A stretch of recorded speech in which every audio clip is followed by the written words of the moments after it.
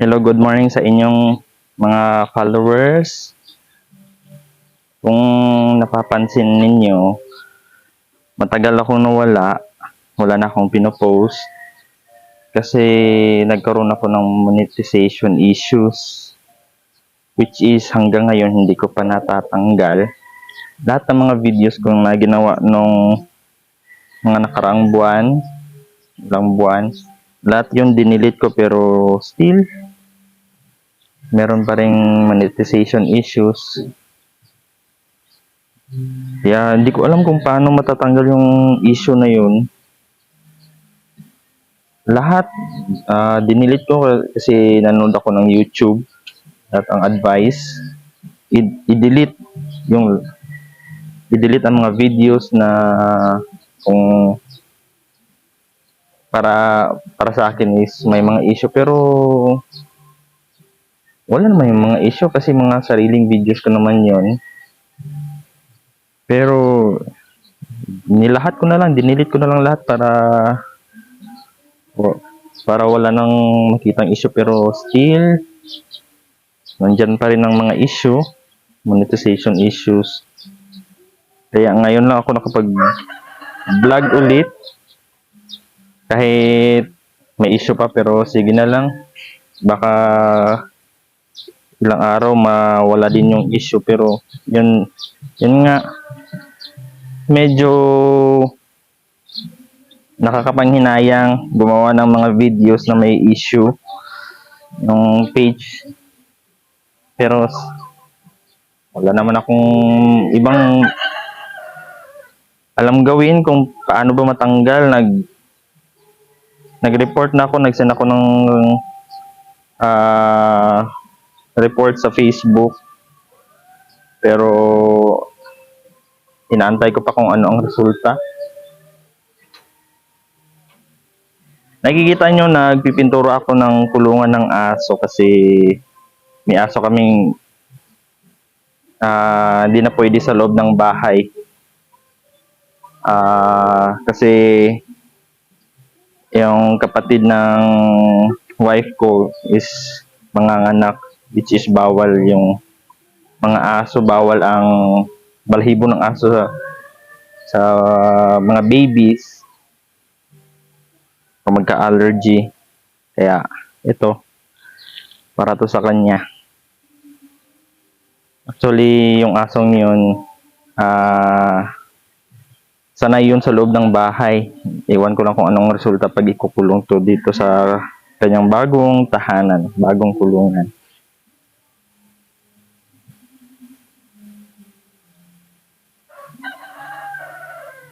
Sa mga followers ko, pasensya na kayo, hindi na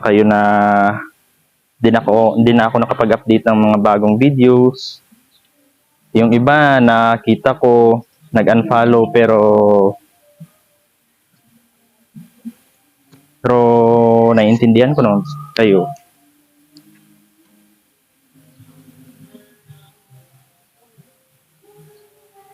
Yun nga is medyo pinaghinaan ako ng loob kasi nga yun nga, nagka-issue. Hindi ko alam kung paano ba tatanggalin. Kung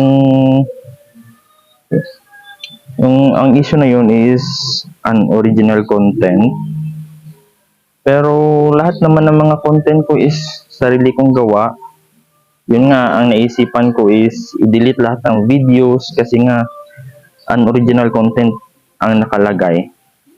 Pero until now, andyan pa rin ang unoriginal content kahit wala nang video, isa na nakalagay. Hindi ko alam kung paano ba mawawala yung issue na yun. I-comment nyo down below kung paano ba mawawala unoriginal content. Na-delete ko na lahat ng post ko, videos, post, pero andyan pa rin. So mga followers, pasensya na talaga.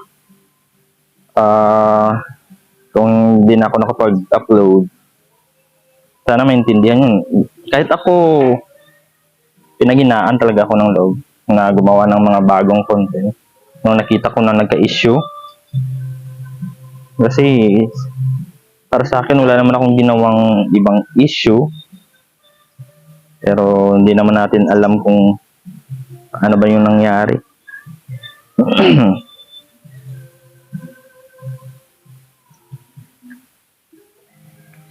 Sige lang, mga followers, supporters, simula ngayon, gagawa na ako ng mga bagong content.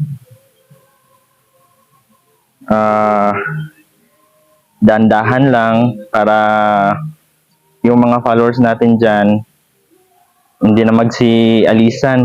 Pasensya na talaga kayo sa mahabang, siguro mga 2 months, 3 months ako na hindi nakapag-upload.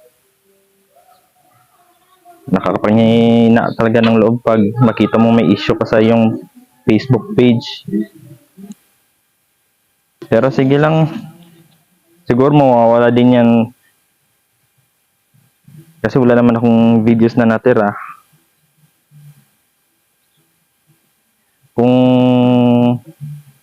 may alam ko yung kung paano ba matanggal ng issue, ay comment nyo lang paano ba para sakaling yun ang sagot sa paano ba matanggal yung issue sa aking page.